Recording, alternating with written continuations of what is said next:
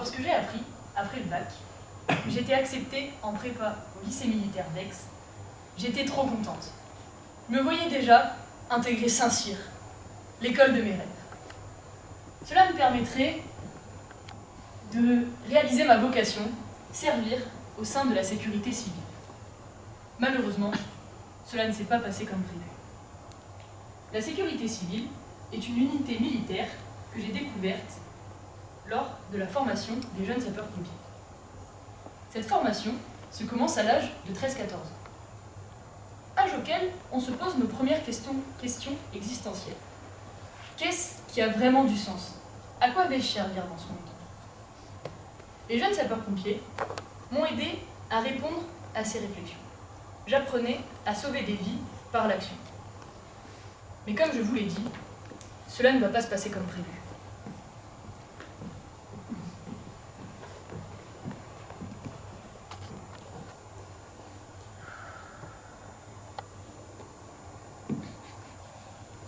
Lors de ma rentrée en prépa, la découverte de l'internat et du cadre militaire m'ont vraiment plu.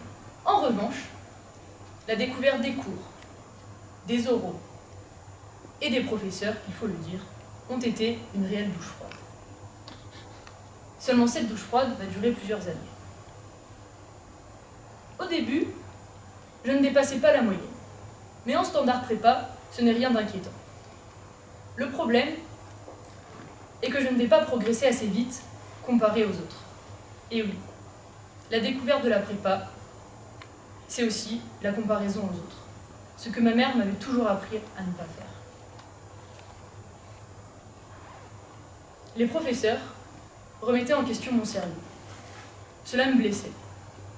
Je travaillais tous les jours, mais il n'y avait pas de résultat.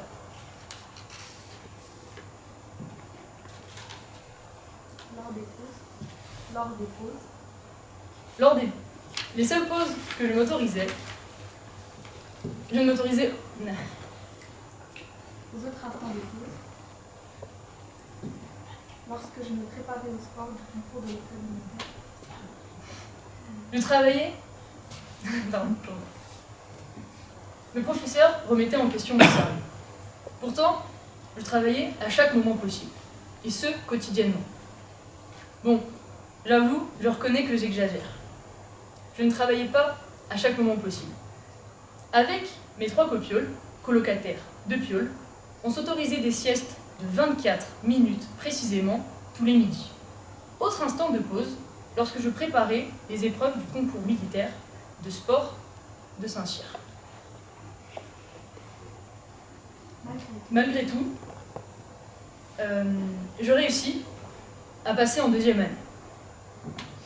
Malgré toutes ces difficultés. Me voici en 2e année. Je regrettais mes camarades qui, eux, n'avaient pas réussi. Je les regrettais d'autant plus lorsqu'au conseil de classe de cette année-là, je me retrouvais dernière, minorante. Je détestais avoir donné raison à mes professeurs qui ne me croyaient pas capable de réussir en prépa. Je ne croyais plus en mes rêves et ça n'a pas loupé. Lors de cette première tentative, je n'ai pas pu aller aux oraux. Seulement, je ne me voyais pas abandonner dès cette première tentative. Je suis donc partie en prépa civile à Montpellier. Préparer un concours militaire dans une prépa civile présente un certain nombre de défis. Je devais préparer le sport de mon côté, ce qui demande de la rigueur. Et les oraux étaient différents. Ainsi, j'ai dû prendre du recul sur le programme, ce qui m'a permis à gagner en maturité. Et mes notes ont commencé à décoller. Pour cette 2e tentative, j'ai pu aller aux oraux. La suite en 2 mots, pas admise. À l'été 2023, mon moral était au plus bas. Mais qu'est-ce qui cloche chez moi? Pourquoi j'ai pas réussi? Je n'avais pas d'excuse pour expliquer cet échec, autre que ma nullité. Et je me refaisais ce triste constat, en boucle, de nuit comme de jour.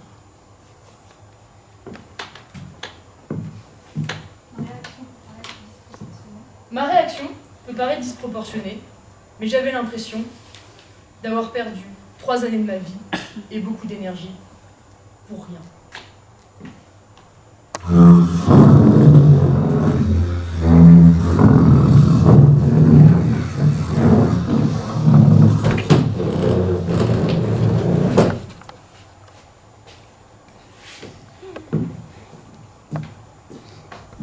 Vais-je vous laisser sur cette fin d'histoire déprimante?